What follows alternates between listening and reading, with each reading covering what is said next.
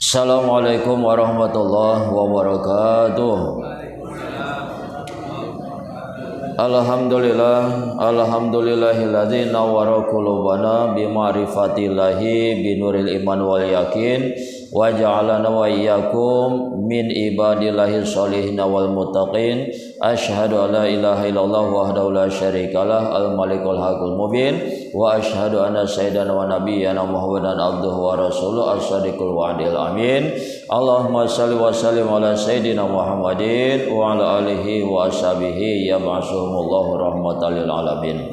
Amma ba'du, qala Allah ta'ala fil Qur'anil azim, na'udzubillahi minasyaitonir rajim. Faman kana yarju liqa rabbih falyamal amalan sholihan wa la yusyrik bi ibadati rabbih ahada. Sadaqallahul azim. Sama-sama doa penerang hatinya. Bismillahirrahmanirrahim. Allahumma aftah lana hikmataka wansur alaina min khazaini rahmatika ya zal jalali wal ikram. Ya Allah, bukakan oleh Engkau bagi kami akan hikmah-hikmah Engkau, dan tolonglah oleh Engkau atas kami dari perbendaharaan rahmat Engkau, ya Allah yang maha agung lagi maha mulia. Allahumma nawwir qulubana binuril iman wal yaqin kama nawartal anbiya'i wal mursalin. Ya Allah, terangi oleh Engkau akan hati kami dengan cahaya keimanan dan keyakinan sebagaimana Engkau menerangi hati para nabi dan hati para rasul. Allahumma nawwir qulubana binuri hidayatika kama nawartal arda binuri syamsika abadan abada birahmatika ya arhamar rahimin. Ya Allah, terangi oleh Engkau akan hati kami dengan nur hidayah Engkau sebagaimana Engkau menerangi bumi dengan cahaya mataharimu selama-lamanya. Ya Allah yang maha pengasih lagi maha penyayang. Alhamdulillah. Puji syukur kehadirat Allah Subhanahu wa taala yang mana telah yaitu menciptakan kita sebagai makhluk yang paling sempurna di antara makhluk yang lain, yang yaitu khalaqna fi ahsani taqwim. Sungguh manusia itu diciptakan dengan bentuk yang sempurna, ya baik yaitu jasmaninya maupun rohaninya, zahirnya maupun batinnya, lengkap mempunyai yaitu akal dan nafsu. Ada makhluk yang cuman punya akal saja yaitu malaikat, ada makhluk yang mempunyai nafsu saja yaitu binatang. Tapi yang namanya manusia maka dikumpulkan ada akal, ada nafsu. Maka setiap hari terjadi perang antara akal dan nafsu. Kadangkala yaitu akal yang menang, nafsu yang kalah. Jadilah kita manusia seutuhnya, manusia yang sempurna, karena yaitu akal yang mengendalikan nafsu, akal yang mengendarai nafsu, ya akal yang menguasai nafsu. Kadangkala pun kita suatu saat nafsu kita yang menguasai akal, maka jadilah kita makhluk yang paling rendah, bahkan lebih rendah daripada binatang. Ulaika kal an'am bal adall. Mereka yaitu seperti hewan, bahkan lebih sesat daripada hewan. Kalau hewan, binatang masih bisa yaitu diajar, masih bisa dididik, jinak dia. Tetapi kalau manusia sudah dikuasai oleh nafsunya, maka lebih buas daripada yaitu binatang. Oleh karena itu jangan lengah, jangan lalai, bahwasanya setiap hari kita ini jihad, berperang. Berperang dengan apa? Melawan hawa nafsu. Bahwasanya di dalam diri kita ini ada nafsu-nafsu, baik nafsu yang baik atau nafsu yang buruk. Itu ya, nafsu yang baiknya kita yaitu jalankan, sedang nafsu yang buruknya kita kendalikan. Mudah-mudahan di dalam jihad ini, peperangan ini, kedepannya yaitu di dalam mengendalikan nafsu, menguasai nafsu, bahwasanya diberikan kekuatan kita dengan adanya iman, Islam, hidayah, bisalah yaitu nafsu-nafsu yang ada di dalam diri kita ini bisa kita kuasai dengan adanya yaitu izin Allah, dengan adanya rahmat Allah, dengan adanya ridha Allah. Dan itulah yang akan kita bahas pada malam ini, bahwasanya di dalam diri kita ini ada nafsu. Ada 7 nafsu yang ada di diri kita, dan ini sebagian daripada pelajaran kita di dalam mengenal diri. Siapa sebetulnya diri kita? Apakah yang berwujud zahir saja, yang nampak dengan mata telanjang saja, yang nampak zahirnya saja, ataukah ada diri kita selain daripada yang nampak ini, yang zahir ini? Itu. Jadi di dalam diri kita ini ada nafsu, ada jiwa, yang mana nafsu dan jiwa tadi harus kita kuasai, kita kendalikan. Salawat beriring salam semoga Allah curahkan ke pangkuan Nabi besar Nabi kita Muhammad sallallahu alaihi wasallam. Allahumma shalli wa sallim wa barik alaihi. Muhammad kalau diibaratkan matahari, seperti matahari dengan sinarnya. Matahari adalah zatnya, sedangkan yaitu sinarnya itu adalah sifatnya. Kalau diibaratkan begitu, ya, jadi Allah itu sebagai zatnya, Muhammad sebagai sifatnya. Allah yang memberikan nur, sedangkan Muhammad itu adalah yang menerima nurnya. Dan yang bisa sampai kepada yaitu matahari adalah sinarnya. Ya, jadi matahari itu yang bersinar, dia sinarnya itu sampai ke bumi, dan yang bisa sampai kepada matahari sinarnya itu sendiri. Begitu maksudnya.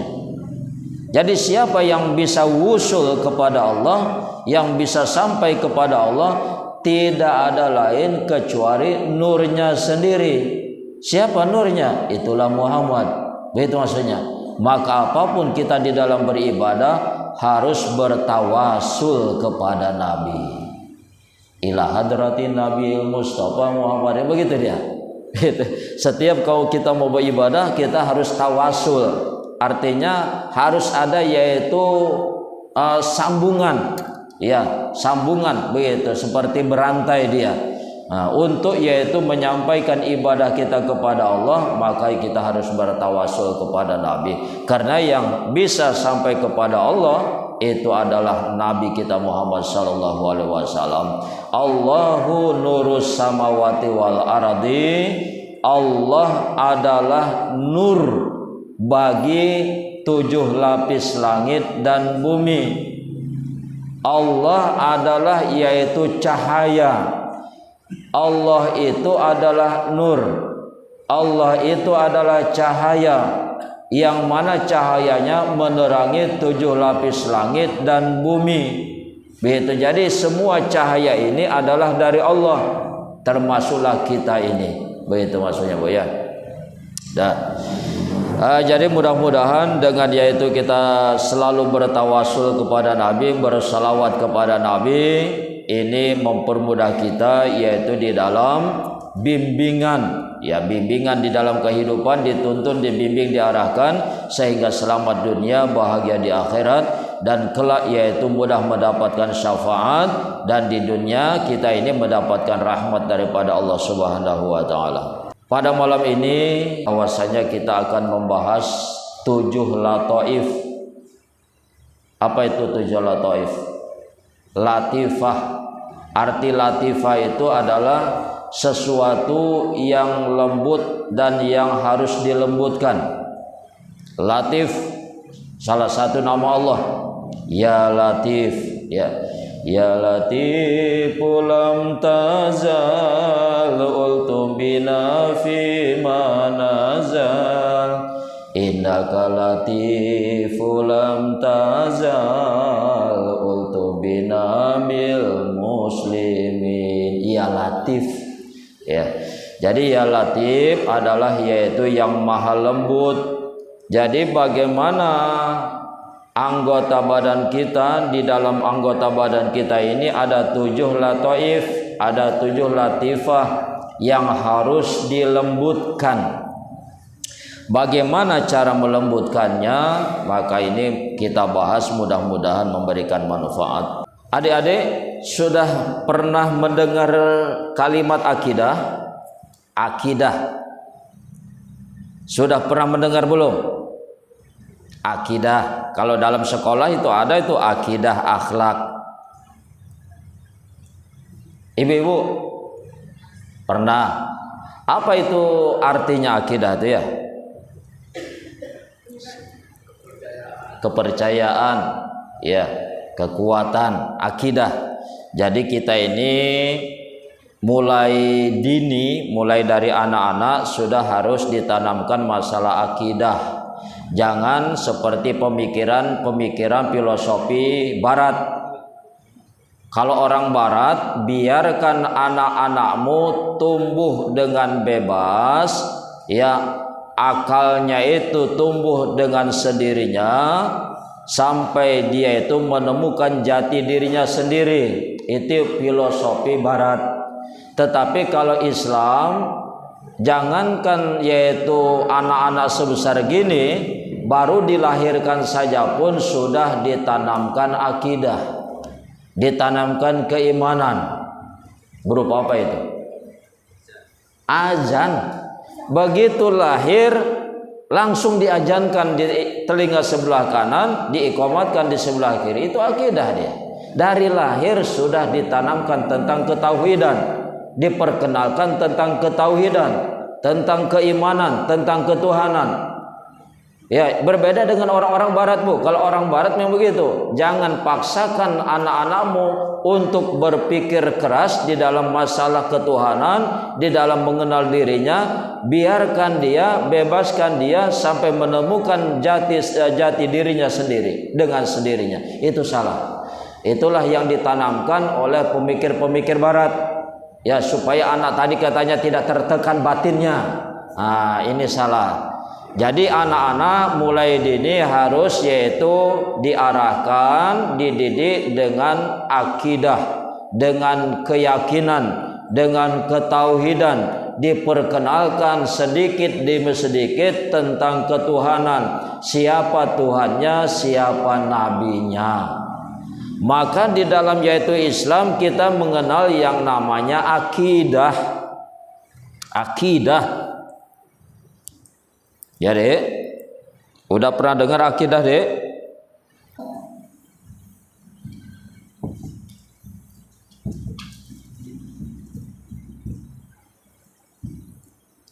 Akidah. Akidah adalah diambil dari kata ikdun. Apa asalnya ini? Apa artinya? Akidah diambil daripada kata ikdun. Yang pertama, ikdun itu diartikan dengan yaitu kalung. Kalung. Ya, kalung yang berantai, saling mengikat satu dengan yang lainnya sehingga membentuk kalung. Ikdun. Sambung menyambung sehingga membentuklah kalung. Berantai, saling berantai. Satu perkara dengan satu perkara sambung menyambung yang akhirnya membentuk suatu lingkaran tentang yaitu ketauhidan ya tentang yaitu pengenalan kepada Allah, itu namanya ikdun. Saling mengikat. Yang kedua, ikdun itu diartikan yaitu tali yang mengikat kuat. Kalau yaitu sekedar tali dalam bahasa Arab namanya hablun. Hablun itu tali. Tapi kalau yaitu tali diikatkan, dibelitkan dan diikatkan dengan kuat, itulah namanya ikdun. Tidak paham barangkali. Ini supaya kita paham apa fungsi akidah di dalam Islam. Ya begitu maksudnya. Ikdun adalah tali, tapi bukan sekedar tali. Kalau cuma sekedar tali, yaitu di dalam Islam namanya hablun. Hablum minallah wa hablum minanas, tali kepada Allah dan tali kepada manusia. Tapi kalau ikdun adalah tali yang dibelit-belitkan, setelah dibelitkan maka diikat dengan sekuat-kuatnya. Itulah ikdun, dan itulah yang menjadi akidah. Apa artinya? Akidah itu adalah sesuatu yang dibelitkan untuk menjaga. Setelah dibelitkan dengan kuat, lalu diikat dengan kuat dia. Apa yang diikat dengan akidah? Itulah iman. Itu maksudnya. Jadi iman kita supaya tidak lemah, bahkan yaitu tidak sampai hilang, tidak sampai keluar dari hati kita, maka butuh akidah untuk mengikat hati kita supaya tidak lemah, bahkan tidak sampai hilang atau keluar atau lepas daripada hati kita. Ini khawatir ini, apalagi zaman sekarang, ya. Persaingan ekonomi, persaingan agama pun. Kalau di Jawa, Bu, sebab saya kan pesantren dulu di Jawa. Kalau di Jawa itu agama, Bu, sudah didagangkan dia. Jadi mereka sudah seperti sales itu, sales datang ke setiap pintu-pintu rumah menjajakan agama dengan tawaran-tawaran. Ada ditawarkan nanti beras 1 karung, ditawarkan yaitu mie 1 karton, ditawarkan baju baru, bahkan sampai ditawarkan beasiswa asalkan pindah keyakinan, pindah akidah. Sales itu datang 2 orang, laki-laki dan perempuan, bicara dengan pakaian yang sopan, bahasa yang manis, begitu senyum yang murah, kan begitu. Mereka itu tadi mengajak yaitu orang-orang untuk pindah akidah. Hati-hati itu. Maka itulah perlunya kita menjaga akidah. Sekali lagi, akidah adalah tali yang mengikat kuat. Apa yang diikatnya? Keimanan yang ada di dalam hati kita. Supaya apa? Supaya tidak lemah, bahkan tidak hilang. Itu ya. Terlebih nanti waktu yaitu sakaratul maut kan. Waktu sakaratul maut, disitulah yaitu iblis berusaha sekuatnya, karena disitulah finalnya iblis untuk menyesatkan kita. Bagaimana seseorang itu mati tanpa keimanan. Hati-hati, maka akidah inilah yang memperkuat, bisa mempertahankan kita. Mudah-mudahan dengan yaitu kita mengenal akidah, mempelajari akidah, maka yaitu terjaga keimanan kita, dan mati masih mempertahankan keimanan, mati dalam keadaan husnul khotimah. Amin. Diam aja. Sudah. Ada berapa akidah di dalam yaitu agama kita? Berapa akidah kita? Berapa? Ada 63 akidah. Ada 63 aqaid atau 63 akidah. Ya, kita di dalam agama Islam mengenal adanya 63 aqaid atau akidah. Sedangkan cabang iman ada 73. Ya, kalau ini akidah ada 63, cabangnya 73. Inilah kewajiban kita untuk mempelajarinya, untuk mengetahuinya. Apa 63 aqaid dan apa 73 cabang iman? Supaya apa? Supaya iman kita kuat. Ya, enggak terayu lagi, enggak tergoda lagi oleh apapun, harga berapapun dibeli enggak terbeli lagi. Ya. Kita ini kan baru bisa ngomong. Enggak masalah tuh iman, enggak bakal goyah. Ya belum tentu. Kalau sudah melihat uang 1 miliar misalnya ditawarkan, dibawakan koper sama orang, begitu dibuka uang semua isinya 1 miliar atau 5 miliar, sanggup nggak dikala itu? Tidak, gitu ya. Tidak. Sekali Islam tetap Islam. Kira-kira mampu nggak melihat uang sebanyak 5 miliar? Kita ini sanggup mengatakan begitu karena kita belum melihat uangnya, begitu maksudnya. Itu maksudnya, gitu ya.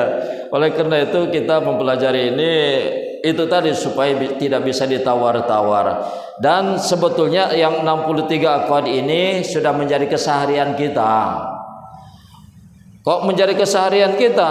Yang 63 ini, Bu, ini ada di sifat 20 nantinya. Itu pembagian-pembagiannya itu.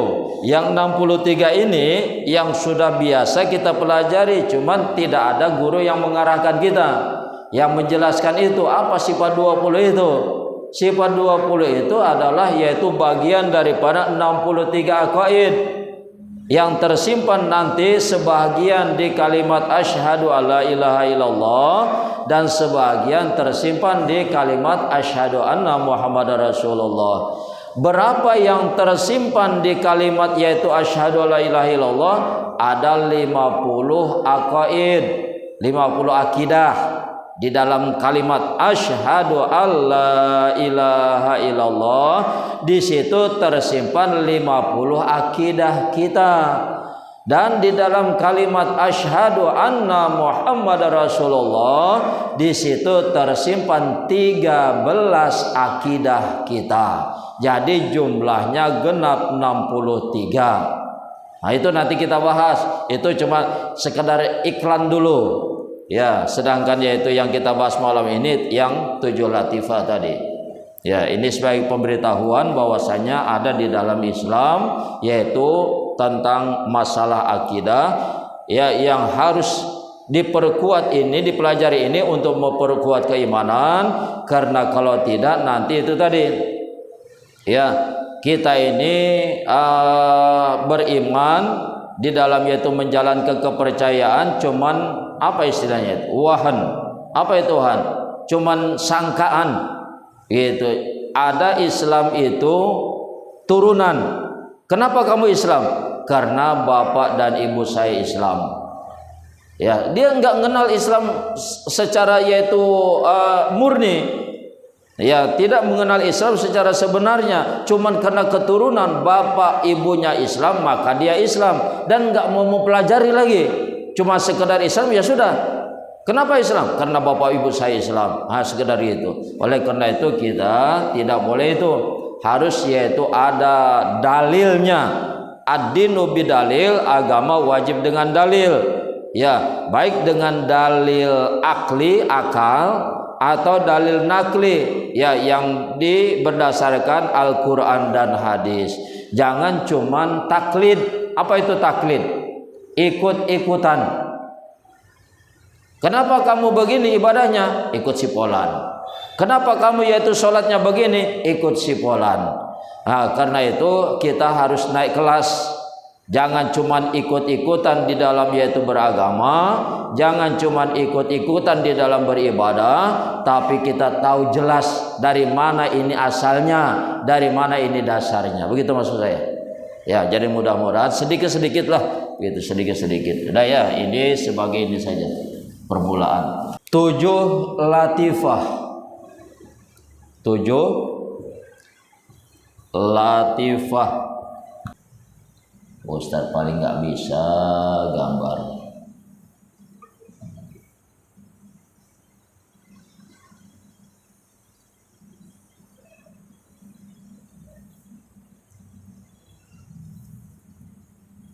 Sedang duduk nih ya. Udah gitu aja.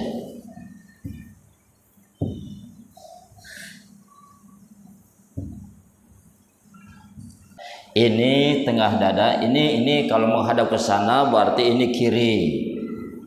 Ini kiri, ini kanan. Supaya kita tahu di dalam diri kita ini ada apa. Dan ini sebagai yaitu pelajaran pengenalan diri, bahwa diri kita ini di dalam diri kita nggak kosong. Itu sebagaimana yaitu zahir kita butuh makan, maka yang dalamnya pun butuh makan, dan makanannya lain, bukan hamburger, bukan. Ini kiri, berarti ini tengah dada kiri. Di bawah yang kiri ini ada yang dinamakan latifatul qalbi, namanya qalbi sini, qalbi. Ya, di bawah susu kiri, 2 jengkal di bawah susu kiri ada namanya latifatul qalbi di sini. Kalau di atasnya itu ada namanya yang ini latifatus sirri. Sirri. Nah, ini masih kiri ya. Di bawah 2 jengkal di bawah susu kiri namanya latifatul qalbi. Di 2 jengkal di atas susu kanan namanya latifatus sirri. Dah, 2. Sekarang yang ketiga sebelah kanan, 2 jengkal di bawah susu kanan itu namanya latifatur ruh. Latifatur ruh. Sebelah kanan ini, sebelah kanan, 2 jengkal di bawah susu kanan namanya latifatur ruh. 2 jengkal di atas susu kanan itu dinamakan latifatul khafi.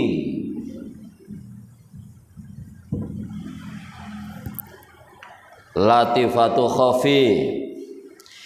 Yang di tengah dada ini dinamakan latifatu akhfa.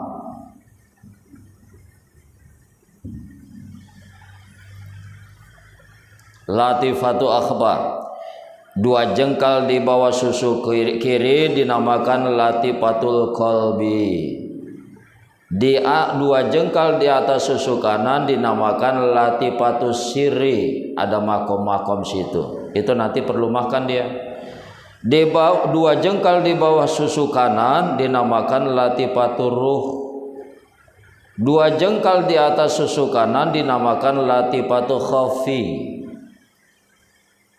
Sedangkan yang di tengah dada ini dinamakan latifatu akhfa. Ya. Sekarang yang ke-6, ini dia di kening nih. Ini dinamakan latifatu nafsun natiko. Nafsun natiko.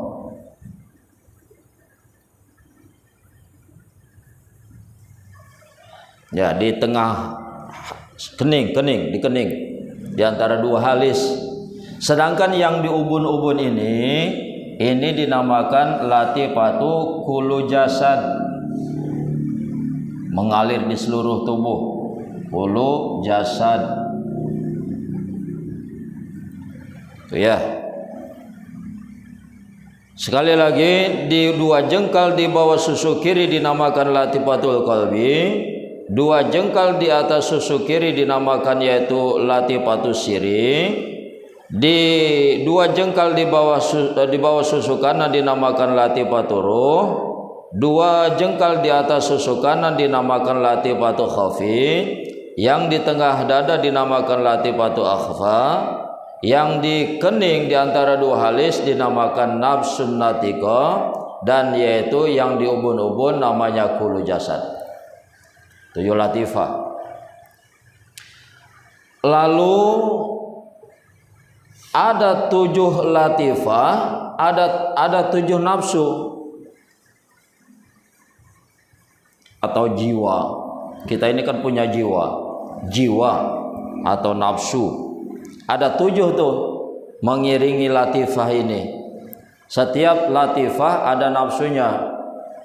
Dan Di latifatul qalbi ini ada namanya nafsu lawamah. Lawamah.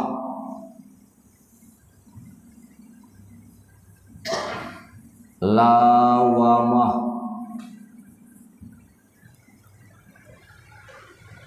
Nah, di latifatus siri ada namanya nafsu mutmainnah.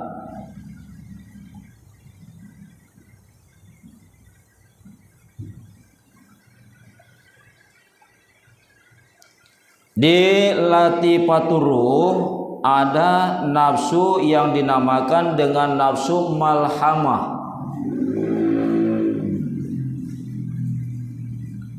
Jadi kita tidak aman daripada godaan iblis, godaan setan. Bayangkan aja ada 7 tempat situ di badan kita yang harus kita awasi, jaga, gitu ya. Di latifatul khaufi ada nafsu yang dinamakan nafsu maradiyah.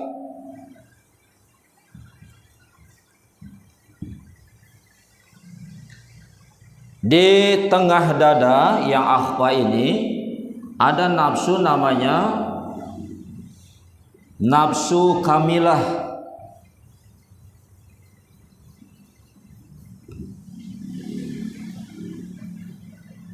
Nafsu kamilah di tengah dada ini, di akhfa itu. Sedangkan yaitu di kening ini yang nafsu natiqah ini ada nafsu namanya nafsu amarah. Amarah, orang sering marah itu. Ininya nggak dibersihkan. Yang di kening ini dekat dengan otak, ibu ya. Jadi kalau sudah yaitu marah, gelap, otaknya tertutup, gelap matanya, apalagi merah matanya, kembung pipinya, kencang urat lehernya. Itu dia. Di sini dia nafsu amarah. Terus yang di sini kullu jasad ini nafsunya nafsu radiyah. Tuh, udah jelas itu. 2 jengkal di bawah susu kiri ada namanya latifatul qalbi. Latifatul qalbi nafsunya namanya nafsu lawamah. Di atas 2 jengkal di atas susu kiri namanya ada dinamakan latifatus siri. Latifatus siri nafsunya namanya nafsu mutmainnah. Pindah sebelah kanan. 2 jengkal di bawah susu kanan ada namanya latifatur ruh. Latifatur ruh nafsunya namanya nafsu malhamah. Nafsu malhamah. 2 jengkal di atas susu kanan ada namanya latifatul khafi. Latifatul khafi nafsunya namanya nafsu mardiyah. Nah, yang di kening ini di antara 2 halis nama latifahnya latifatu nafsun natiqah. Nafsun natiqah nafsunya dinamakan nafsu amarah. Sedangkan yang di ubun-ubun dinamakan latifatu kullu jasad dan nafsunya adalah nafsu radiyah. Sekarang yang pertama nafsu latifatul qalbi. Ya. Di sana ada nafsu yaitu yang dinamakan nafsu lawamah. Nafsu lawamah.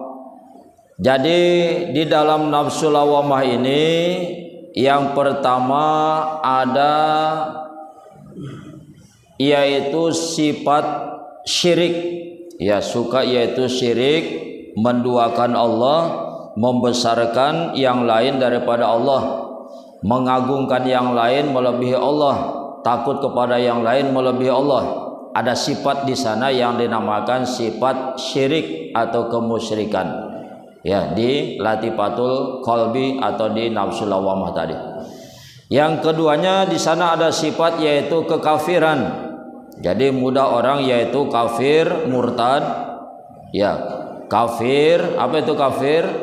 mencegah kebenaran. Mencegah yaitu apa istilah itu? Jadi menolak yaitu kebenaran. Ya, tahu dia itu Islam itu benar tapi ditolaknya, enggak mau bersyahadat, kafir. Atau yaitu nanti murtad, sudah Islam ragu, ya murtad keluar daripada yaitu keislaman. Itu di sifat lawamah tadi. Dan di dalam sifat lawamah ada juga sifat yang namanya sifat tahayul. Apa tahayul itu? Tahayul, mempercayai hal-hal yang tidak masuk akal. Ya, seperti kalau dulu orang tua percaya kepada suara burung. Ya, burung bunyi di tengah malam. Oh, ada kejadian ini nih. Gitu ya. Kalau ada burung ini ada orang mati nih. Itu tahayul ya, khurafat tahayul. Jadi percaya kepada yaitu bunyi burung. Nah, tahayul. Itulah yang harus dijaga dengan akidah tadi.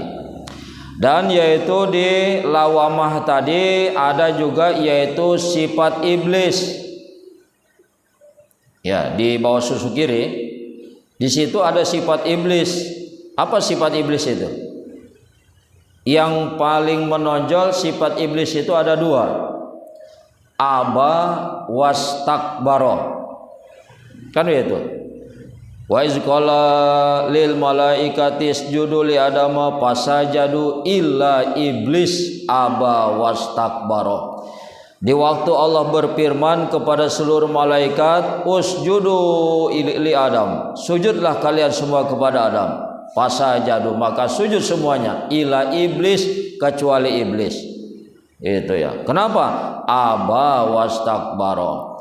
Iblis itu adalah enggan, berat melaksanakan perintah, wastakbaro dan sombong. Gitu. Jadi orang yang berat untuk melaksanakan perintah dan sifatnya sombong. Jadi di sebelah kiri itu dia sifat kemusyrikan, sifat kafir, menolak kebenaran, sifat tahayul di sini juga, sifat iblis di sini juga. Apalagi nisyanu rabbihi, suka lupa kepada Allah. Di sini sifatnya itu. Ya, di latifatul qalbi, di bawah susu kiri. Jadi sering lupanya kita kepada Allah, di situ pangkalnya. Kenapa sampai lupa? Karena di sana masih kotor. Maksudnya begitu nanti. Ya, harus dibersihkan. Itulah perlu dibersihkannya tadi. Jadi kalau kita selama ini sering lupa, lemah beribadah, malas ibadah, berat yaitu ibadah, bahkan sampai lupa kepada Allah, ini di sana masih kotor hati kita. Di sana tempatnya, di latifatul qalbi, di bawah susu kiri. Yang keenam, sifat di sini ini di bawah susu kiri, suka mencela orang. Suka mencela orang. Ya, buruk-burukan orang, jelek-jelekan orang, gitu ya. Hobi kali. Itu di sini tempatnya, Bu. Di susu kiri, karena belum dibersihkan makom yang di sini tadi, itulah kita wataknya suka mencela orang lain. Sekali lagi. Yang ketujuh, suka memperturutkan hawa nafsu. Ya, nafsu besar, paling besar di sini. Oleh karena itu nanti kalau zikir pun yang paling banyak kita zikirkan ada di latifatul qalbi. Di sini dia. Karena di sana nafsu yang paling besar. Yang selanjutnya di sini di latifatul qalbi ini ada sifat namanya sifat makar. Apa itu makar? Suka nipu orang. Suka nipu orang. Orang yang suka menipu karena di sini nafsunya masih besar. Belum dia lemahkan dia. Begitu. Belum dia yaitu bersihkan, belum dilemahkan, sehingga suka menipu. Kalau nggak menipu sakit kepala dia. Memang pekerjaan itu, dan makannya itu dari menipu, penghasilannya itu dari menipu. Begitu dia itu. Kalau nggak nipu orang pokoknya sakitlah dia itu. Begitu, pening dia itu. Begitu, pekerjaan menipu. Yang kesembilan, Di Latifatul Qalbi ini ada sifat namanya uzub. Apa itu? Membanggakan diri, bangga terhadap dirinya. Yang ke-10 suka yaitu ghibah, menggunjingkan orang lain. Banyak bu sifat di sini. Oleh karena itu inilah tujuan kita membersihkan. Bagaimana caranya nanti? Itulah dia. Yang ke-11 penyakit ria, pamer di dalam ibadah. Yang ke-12 di Latifatul Qalbi tadi ada sifat buruk yaitu zalim, suka menganiaya orang lain, suka ngejahatin orang lain. Yang ke-13 yang terakhir di Latifatul Qalbi tadi yaitu orang suka berbohong, al-kizbu, suka berbohong, berdusta. Disitulah tempatnya. Ada 13 sifat buruk di sini, sifat lawamah. Itu dibersihkan dengan cara berzikir.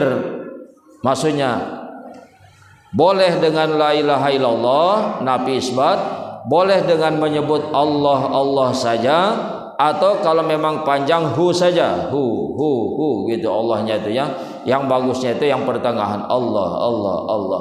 Zikirkan ke sana, masukkan ke sana sebanyak 5.000 kali zikir.